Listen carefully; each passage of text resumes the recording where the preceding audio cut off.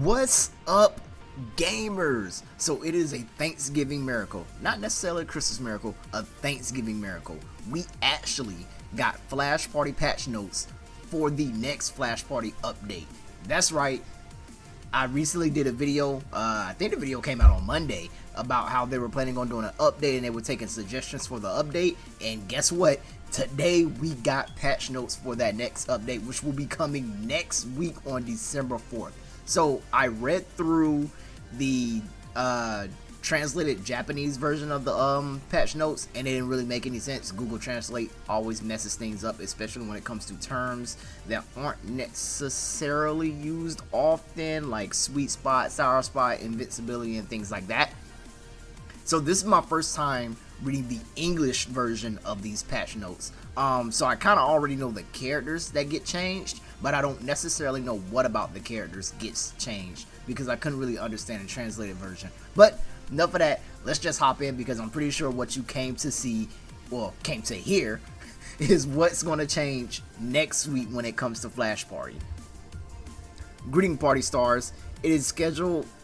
Flash Party is scheduled for downtime maintenance and an update on December 4th. Like I said, December 4th, that's next Thursday. Flash Party is working hard to gradually resume updates. That's good. That means this isn't the only one coming. We might be getting another one really soon. And as long as we keep getting updates, I'm pretty cool with them holding off on like new characters. Just kind of like update the game, bring it to a good spot.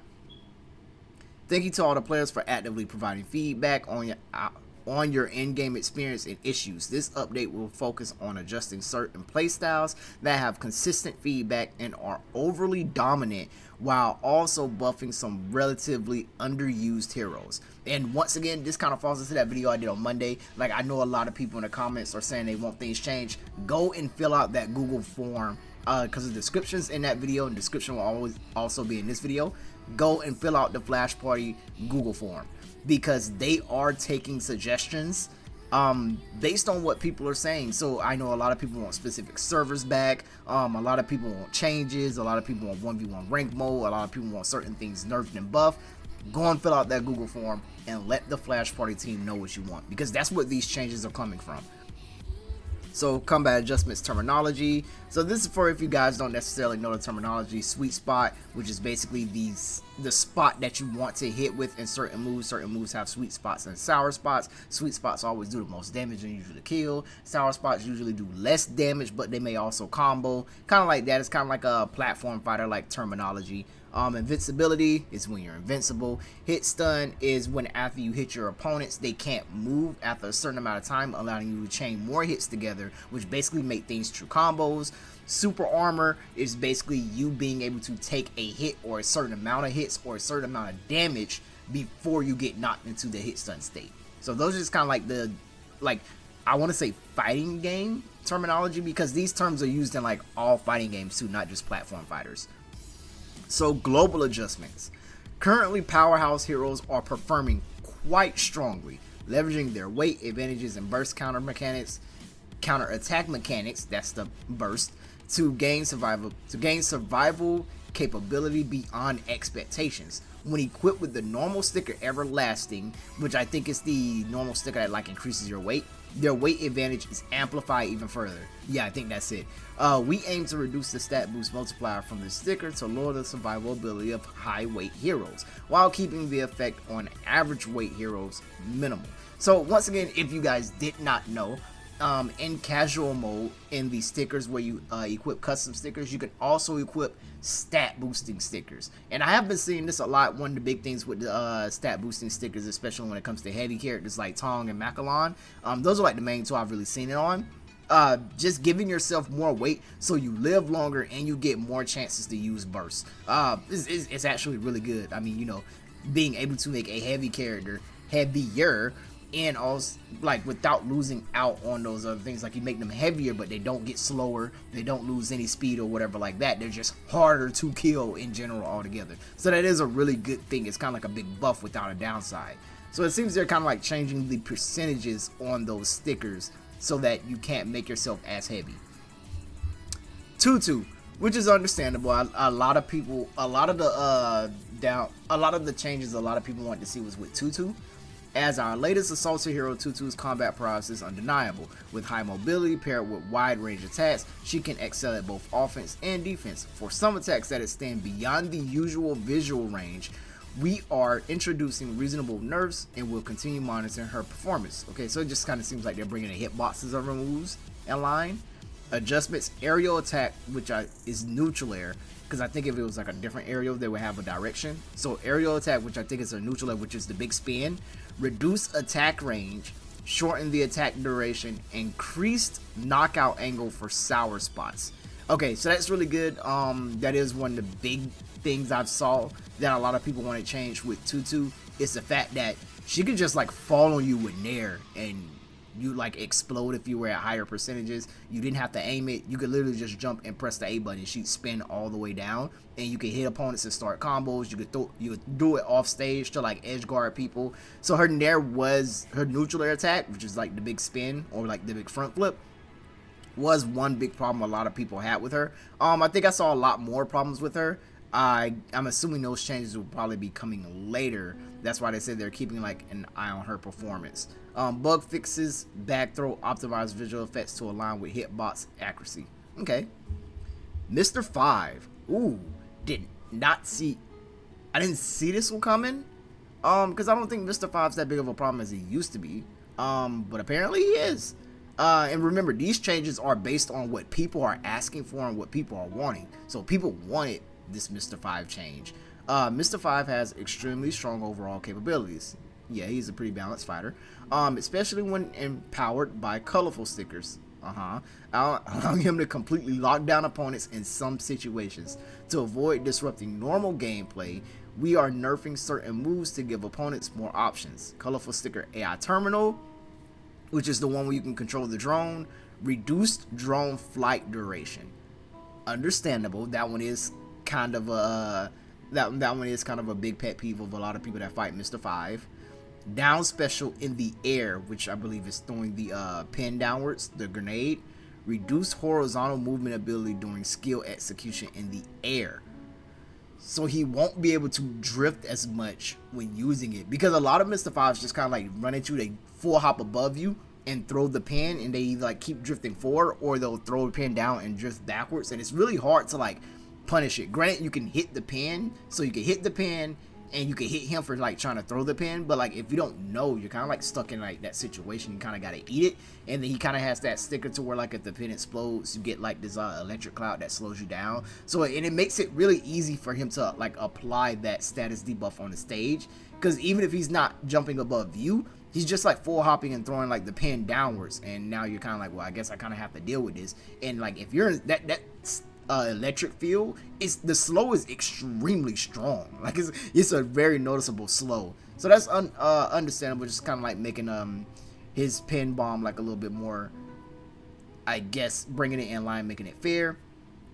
Up air reduced horizontal range, so it won't hit as far in front of him. Okay. I'm not sure how much that change will be. I mean, Mr. 5's up air goes crazy. That up air goes crazy. It is nuts. It combos, it kills, it drags down. Yeah, that combo go crazy. That up air goes crazy. So I wonder how that change will be. Land is another big one I saw a lot of people asking for changes on. As an assaulted hero, Land's unique mechanics and tactics are well loved. True, people do love playing Land. But with certain colorful sticker combinations, excessively strong zoning playstyles have emerged, which is understandable. I have seen it. I'm pretty sure a lot of people have faced, wind blade spam. We will reduce the frequency of wind blades when colorful sticker wind blade and flowing tornado are used together, making projectiles more of a supportive offense tool for assaulters. Okay. Adjustments, colorful stickers, wind blade and flowing tornado. Wind blades charge via holding the special button cannot be cast again before the existing wind blade disappears. So it looks like you can only have one wind blade on stage. Like you can only have cannot be cast again before the existing wind blade disappears. So it looks like if you use flowing tornado and you shoot out the wind blade while that blade is out, you can't summon another tornado. So, because I think it goes through the stage also. So it just kind of has to like complete its travel time before land can throw another tornado, so he won't necessarily be able to spam it as much. So it basically kind of gives it like a pseudo cooldown. I think that's cool. Let's see, Chili. Did not see this one coming. With the latest colorful sticker Leaf Blade equipped, Chili can almost completely block opponents from approaching while maintaining solid long-range lethality. We will reduce Leaf Blade's damage and tone down kill power from her grab throws, giving the big bad wolf a chance to get in. Adjustments: colorful sticker Leaf Blade, reduced damage, slightly increased knockout angle.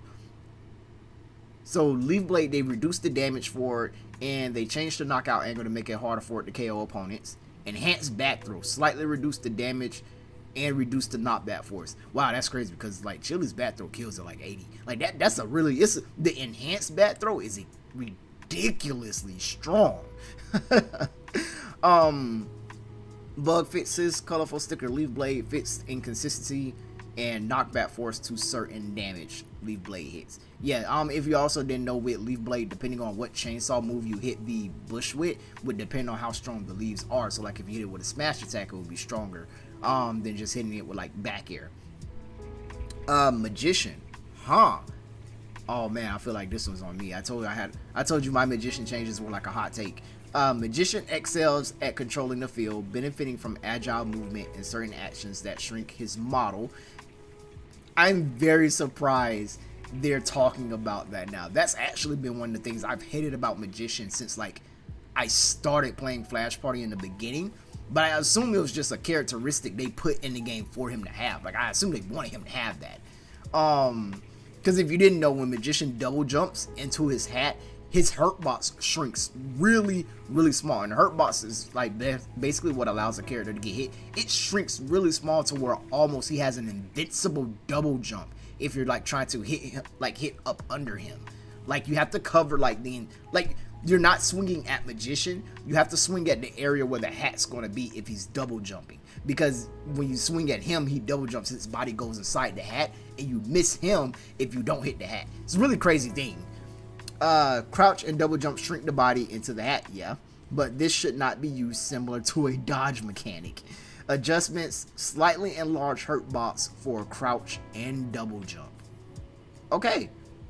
No, crouch has a slightly enlarged hurt box. Double jump just has a straight up enlarged hurt box. Okay. Make them a little bit easier to hit. Saeya. Once a popular mermaid princess, Saeya's current version of performance is underwhelming. That is very true. If you made it through the age where Saeya was just dominating everybody with down tilt, she was ridiculously busted. She has excellent combat mechanics, but some moves are lacking in practicality and damage. We aim to revitalize previously underperforming moves with animation and hitbox optimizations. Adjustments: back aerial, optimized animation and enlarged hitbox, slightly delayed startup, slightly increased ending lag. So they gave it more end lag, they gave it a longer startup, but they enlarged the hitbox. So I wonder how big the hitbox has to it has to be for them to give it more end lag and more startup. I mean, that back air does hit really hard. Down aerial, optimized animation and enlarged hitbox, so kind of like with back air. Adjusted sour spot knockback angle to launch to both sides now. I kind of feel like that's a nerf, because there's kind of moments where like you'll hit Seiya's sour spot down air and you know they're going to fly in front of you. You just automatically know. Even if you jump backwards and hit them and it's the sour spot, they fly in front of you. So now they'll continue to fly behind you.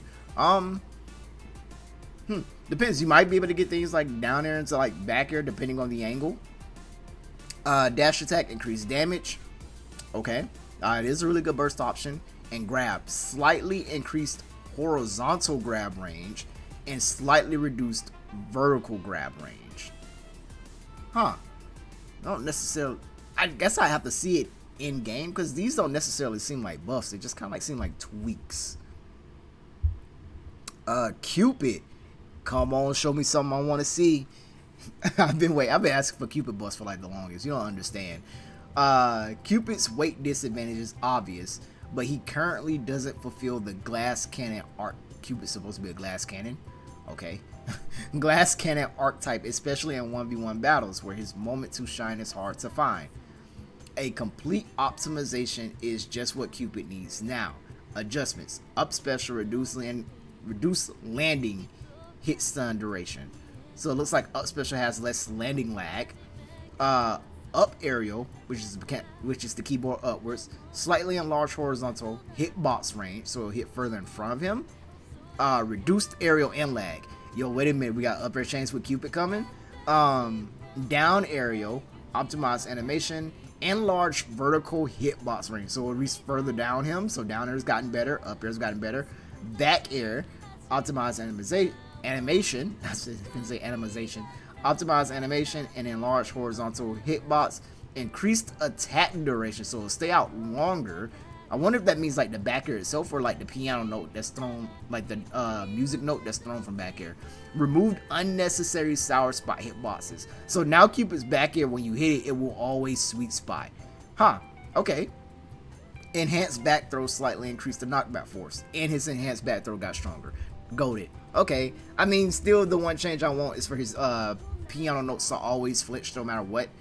Even with the charge, like, you don't need to charge them, because I know he has a charge sticker that allows you to charge the piano notes. But yeah, if his notes could just flinch no matter what, oh my god, character will be goated. Miko, let's go, the Yeti Spaghetti.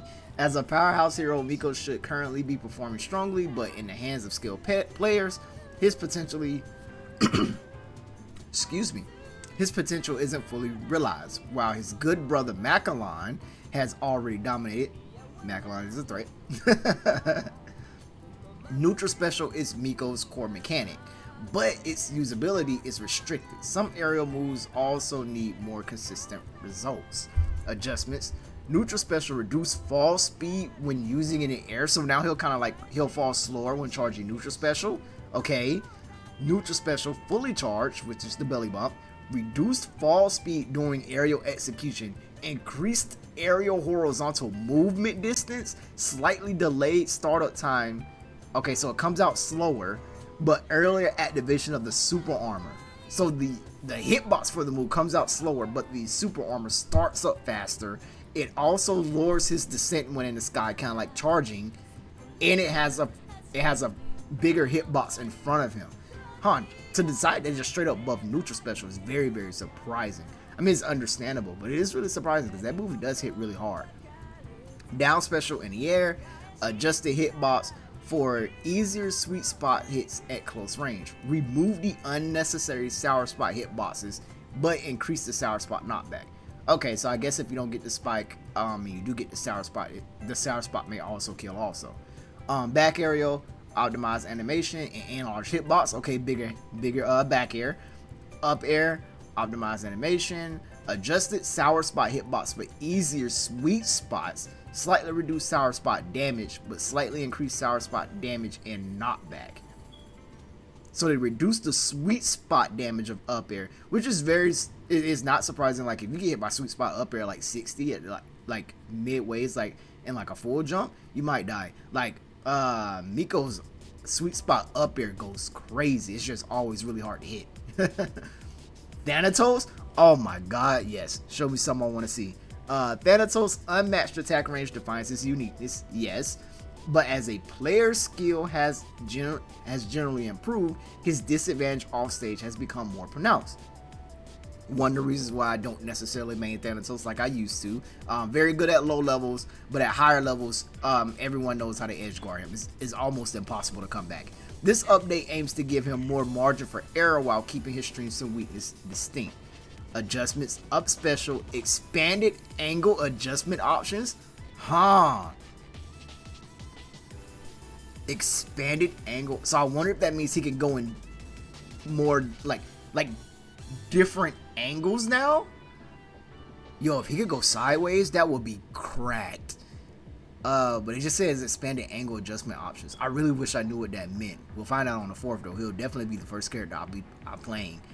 Dash attack, slightly increased knockback force. That is wow, because his dash attack is nuts. It's one of his best kill moves. So the fact that they buff something about him that's already good, that's kind of nuts. Up platform attack. I assume that's his get up attack. In large horizontal hitbox range. Bug fixes, charge attack, optimized visual effects for better hitbox alignment. Okay. Heracles, bug fixes, planetary ring fix bug where attacks cause excessive hit stun. Up special, fixed anomaly ledge grab detection under certain circumstances. And Triforce, which is his spirit bomb fix bug preventing move from being performed while turning. And after the update, we will send 2 aura chests as a gift, valid for 30 days. Please check your in-game mailbox to claim it. Huh. Well, there you have it, gamers. That's the first of what I'm hoping of many Flash Party updates. It just seems like it was like small character tweaks and nothing major. Just kind of seems like this is an update to let us know that they actually are updating it. I mean, and I think this may be an update that they were already planning on, because for them to ask for things they need to update like a week, maybe like